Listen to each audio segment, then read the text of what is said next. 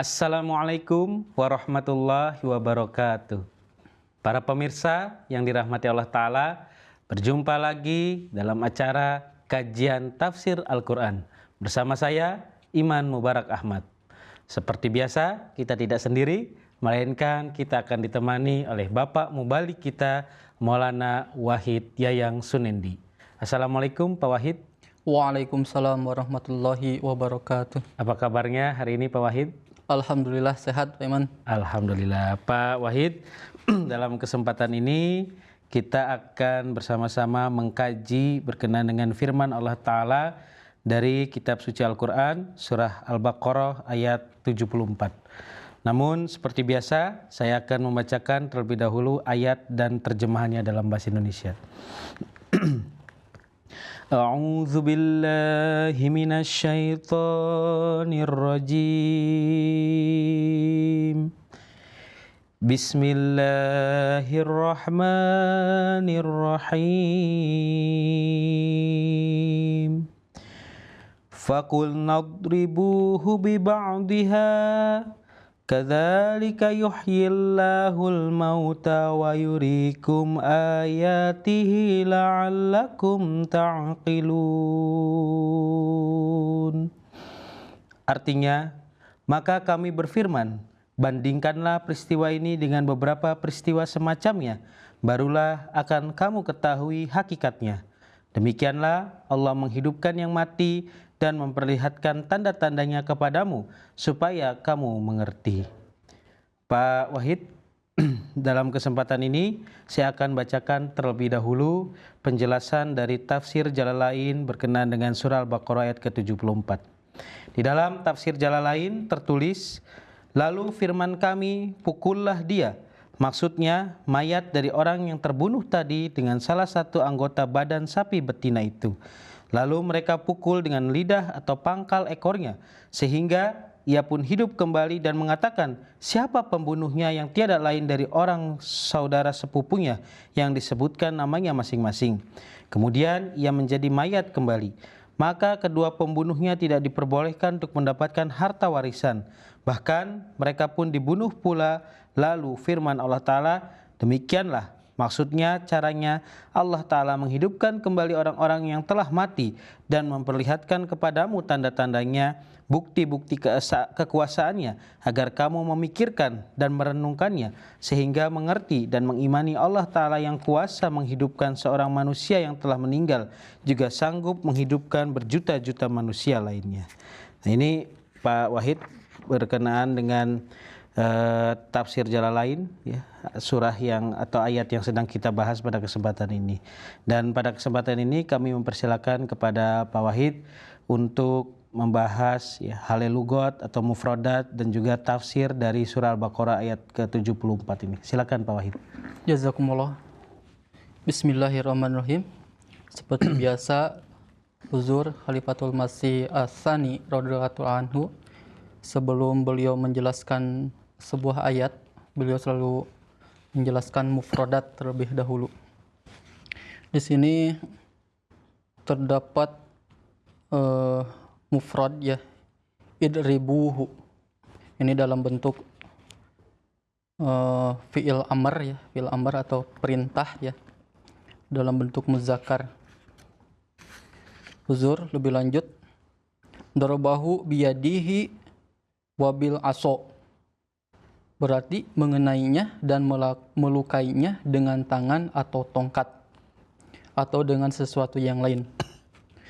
Mereka juga mengatakan daraba syai'a bisyai'a, daraba syai'a bisyai'i, yang berarti mencampur satu hal dengan yang lainnya.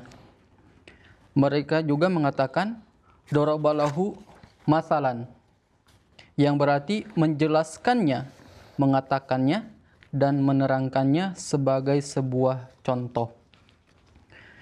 Darabahu bisayfi, berarti menyerangnya dengan pedang.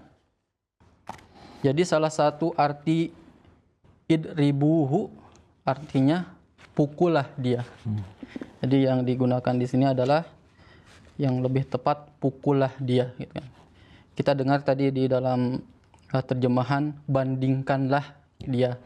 Jadi huzur lebih mengambil arti pukullah dia di ayat sini. Selanjutnya bi ba'diha ba'du kulli syai'in. Berarti bagian yang cukup dari keseluruhan. Beberapa peneliti juga mengatakan ba'du di sini juga digunakan untuk bagian terkecil maupun bagian terbesar. Lebih lanjut huzur menjelaskan tafsir ya berkenaan dengan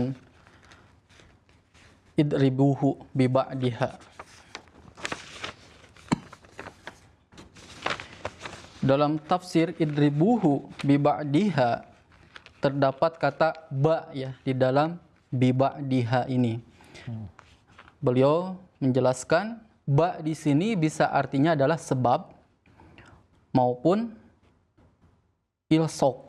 Ilsok di sini adalah menempelkan, menyambungkan atau meletakkan atau menempelkan ya, lebih tepatnya menempelkan.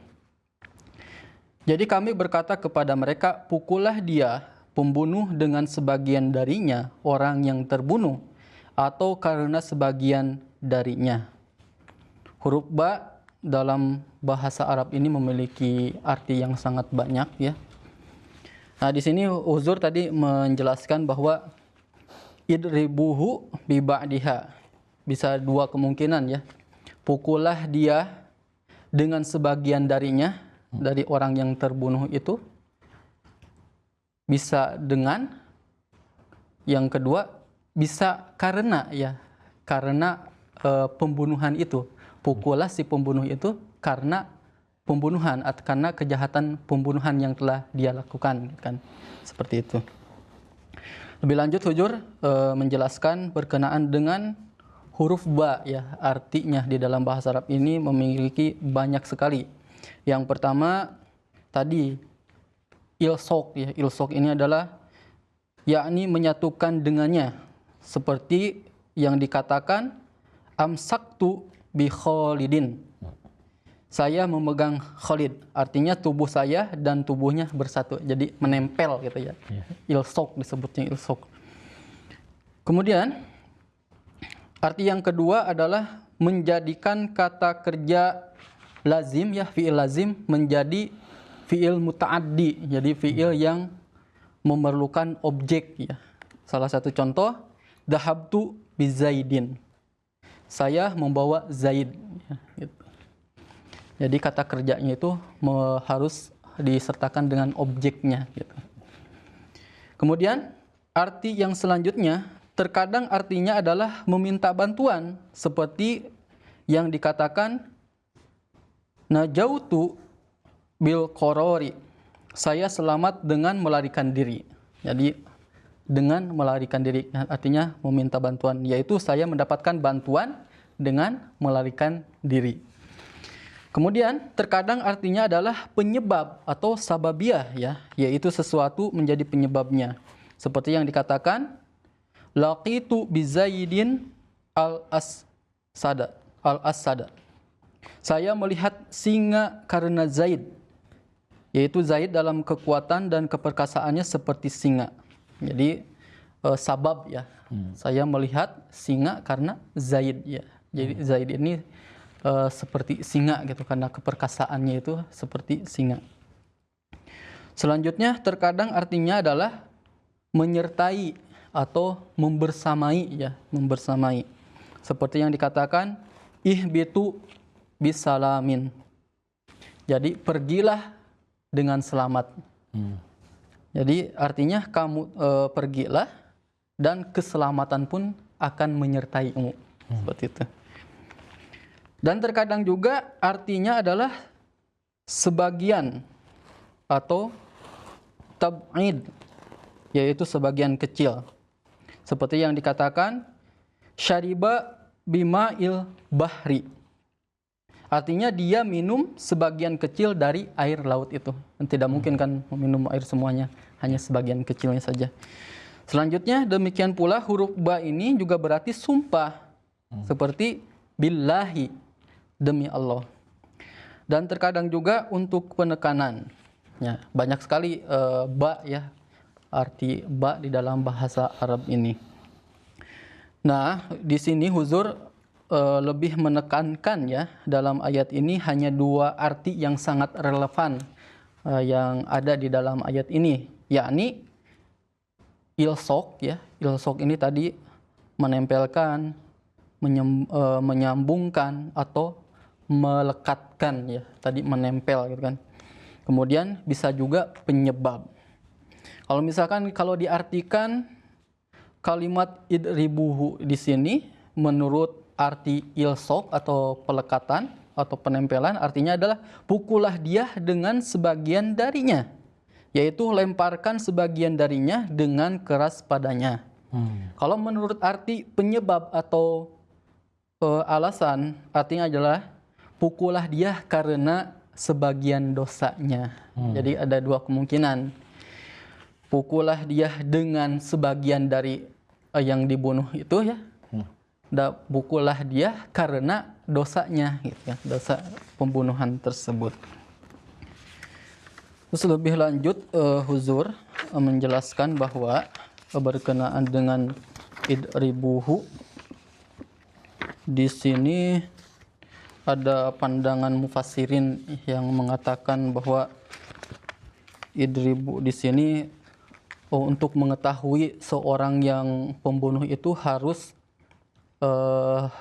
suatu kaum itu harus membunuh sapi, kemudian bagian dari si sapi itu harus dipukulkan kepada si pembunuh itu ya, supaya diketahui gitu kan siapa yang membunuh ini. Di sini Huzur menjelaskan bahwa ada perbedaan pendapat di kalangan mufassirin tentang bagian mana dari sapi yang diperintahkan untuk dipukulkan.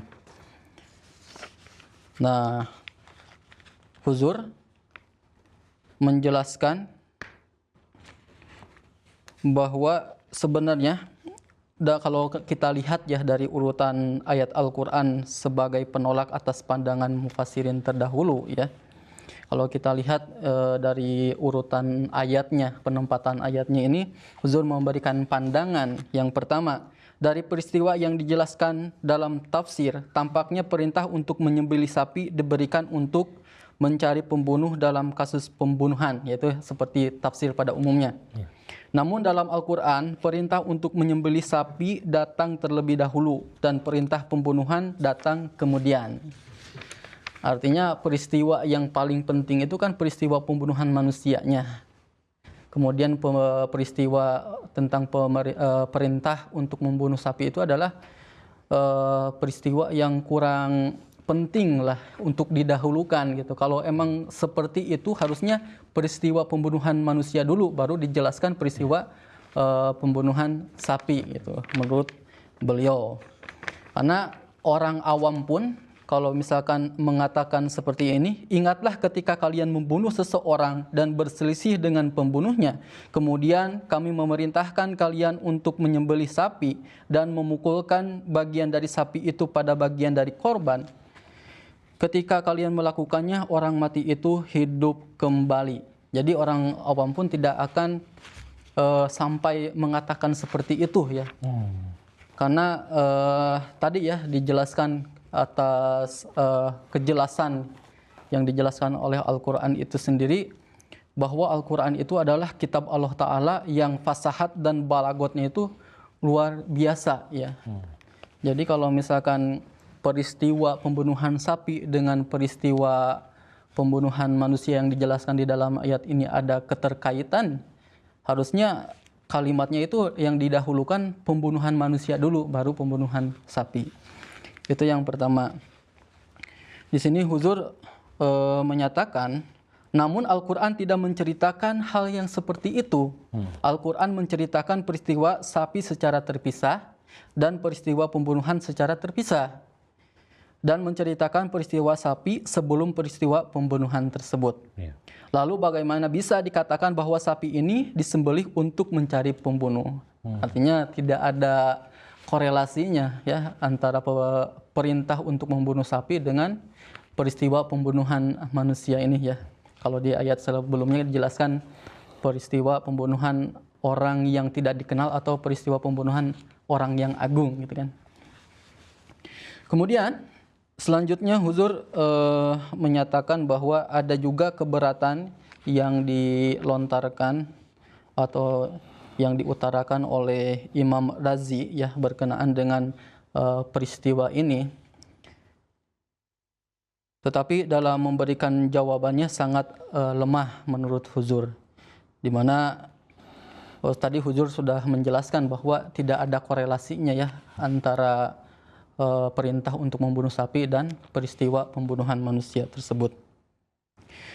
Huzur lebih lanjut menjelaskan Hazrat Khalifatul Masih As-Sani radhiyallahu anhu menjelaskan tidak perlu menceritakan pembunuhan sapi terlebih dahulu baru menceritakan pembunuhan manusia. Gitu. Kemudian bukti yang kedua, bukti tambahan dan korelasi. Perlu diingat bahwa Allah Ta'ala memulai kisah sapi dengan kata wa'id qala Musa. Sebelumnya sudah dijelaskan bahwa perintah untuk menyembelih sapi ini kan dijelaskan di dalam Quran surat Al-Baqarah ayat ke-68 sampai ayat ke-72. Nah, ini dimulai dengan wa'id kan, wa'id qala, dan ketika Musa berkata gitu kan. Nah, hendaknya diingat bahwa pembunuhan yang dijelaskan di dalam ayat ke-73 juga disebutkan wa'id qataltum. Artinya ketika kalian membunuh gitu. Kalian membunuh adalah peristiwa yang terpisah gitu. Jadi peristiwa perintah untuk menyembelih sapi terpisah, hal cerita yang beda gitu kan. Peristiwa yang berbeda. Kemudian peristiwa pembunuhan manusia juga adalah terpisah. Jadi tidak bisa disangkut pautkan gitu. Oleh karena itu dalam kasus ini juga karena kata wa'id muncul sebelum kedua ayat tersebut, kita harus menerima bahwa peristiwa-peristiwa ini terpisah dalam esensinya. Kemudian yang ketiga, argumen ketiga untuk mendukung pandangan beliau bahwa tidak ada hubungan antara memukulkan bagian sapi kepada pembunuh dan menghidupkannya kembali. Jika orang mati akan dihidupkan kembali secara mukjizat, apa perlunya menyembelih sapi dan memukulkan bagian daripada sapi tersebut? Itu bisa saja dihidupkan kembali dengan doa Nabi Musa alaihissalam maupun dengan doa Nabi Isa alaihissalam sebagaimana menurut kaum muslimin pada umumnya gitu kan. Jadi kalau untuk menghidupkan orang yang mati itu tidak perlu memukulkan bagian sapi yang telah disembelih tadi ya. Untuk menghidupkan itu cukup dengan doa Nabi Musa alaihissalam maupun doa Nabi Isa alaihissalam menurut muslim pada umumnya. Nah, lebih lanjut Huzur menjelaskan, tetapi jika dikatakan bahwa daging sapi memiliki efek medis yang dapat menghidupkan orang mati, maka timbul keberatan mengapa efek medis itu tidak muncul sekarang, gitu kan? Kalau misalkan ada efek medis ya dari peristiwa, misalkan untuk mengetahui seorang pembunuh itu cukup memukulkan sebagian dari sapi yang dibunuh, harusnya zaman sekarang juga berlaku gitu efek medis tersebut. Dan jika dikatakan bahwa hanya daging sapi jenis tertentu yang memiliki efek medis tertentu yang disebutkan dalam ayat-ayat sebelumnya, maka timbul keberatan mengapa Allah Ta'ala pertama-tama memerintahkan penyembelihan sapi betina. Ya, mengapa peristiwa atau cerita perintah untuk membunuh sapi didahulukan gitu. Tidak didahulukan peristiwa pembunuhan manusia tadi. Harusnya kan yang didahulukan itu pembunuhan manusia, baru perintah pembunuhan sapi gitu kan. Selain itu mendapatkan sapi jenis seperti itu tidaklah sulit. Bahkan sekarang sapi seperti itu dapat ditemukan dengan pencarian. Huzur lebih lanjut mengatakan, singkatnya tidak ada alasan yang masuk akal untuk menggabungkan kedua ayat ini kecuali berdasarkan riwayat-riwayat Yahudi. Kedua ayat ini dianggap sebagai detail dari satu peristiwa, namun masalahnya adalah bahwa riwayat-riwayat yang disampaikan oleh kaum Yahudi pun tidak dapat dipercaya, bahkan bertentangan gitu kan. Nah, lebih lanjut Huzur menjelaskan berkenaan dengan penolakan pandangan mufassirin dari perspektif Alkitab sendiri gitu kan.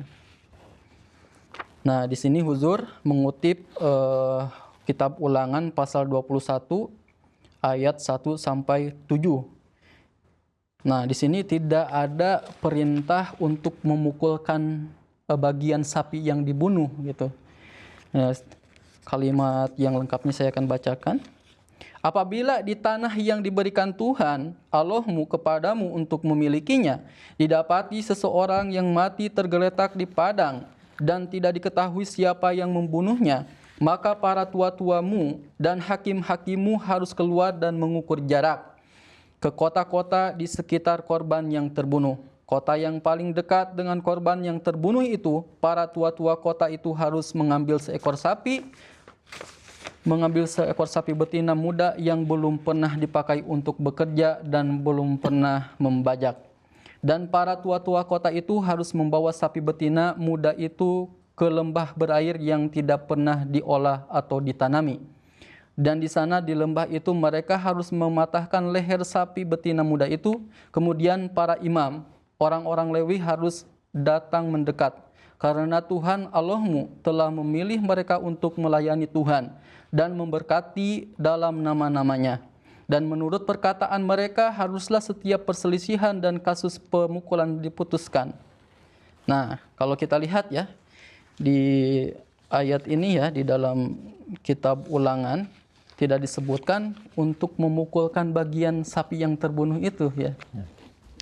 Jadi ada dua kemungkinan ya, yang di sini yang diutarakan oleh Huzur kita. Dari kutipan ini jelas bahwa perintah penyembelihan sapi tidak diberikan agar bagian manapun dari sapi itu dipukulkan kepada korban yang terbunuh. Dan tidak ada disebutkan bahwa hal itu dilakukan dan orang mati itu hidup kembali serta menunjukkan pembunuhnya. Yang pertama, sebaliknya, hikmah di balik penyembelihan sapi hanyalah untuk menghilangkan syirik terhadap sapi dari hati Bani Israel. Yang kedua, karena mereka menganggap suci dan dengan menuntut mereka untuk bersaksi dengan mencuci tangan di atasnya, mereka berusaha untuk mendapatkan kebenaran dari mereka. Jadi ada dua hikmah ya. Jadi perintah untuk membunuh sapi itu adalah untuk menghilangkan kemusyrikan di hati orang-orang atau kaum Israel ya pada waktu itu. Dan kedua, karena menganggap suci. Nah, oleh karena itu perintah untuk membunuh sapi itu supaya menghilangkan perasaan-perasaan seperti itu di dalam hati kaum Bani Israel. Itu Pak Iman yang dijelaskan oleh Hazrat Khalifatul Masih As-Sani radhiyallahu ta'ala anhu berkenaan dengan idribuhu biba'diha. Baik Pak Wahid, Masya Allah ya, penjelasan yang sangat luar biasa dan mendetail sekali apa yang ditulis oleh Khalifah kita tercinta Hazrat Muslim Maud dalam tafsir kabirnya. Dan nampaknya karena waktu yang membatasi kita cukupkan sampai di sini. Ya, mudah-mudahan nanti kita akan membahas lebih detail lagi dan juga kita akan bahas juga dari tafsir Ibnu Katsir ataupun tafsir-tafsir lain berkenaan dengan ayat ini. Jazakumullah Pak Wahid atas pencerahan dan penjelasannya. Terima kasih banyak. Baik, para pemirsa yang dirahmati Allah Ta'ala, demikianlah acara kajian tafsir Al-Quran kita pada kesempatan ini. Semoga Allah Ta'ala senantiasa memberkahi kita semua. Jazakumullah ahsanal jaza. Wa akhiru ana alhamdulillahirabbil alamin. Wassalamualaikum warahmatullahi wabarakatuh. Waalaikumsalam warahmatullahi wabarakatuh. Alhamdulillah.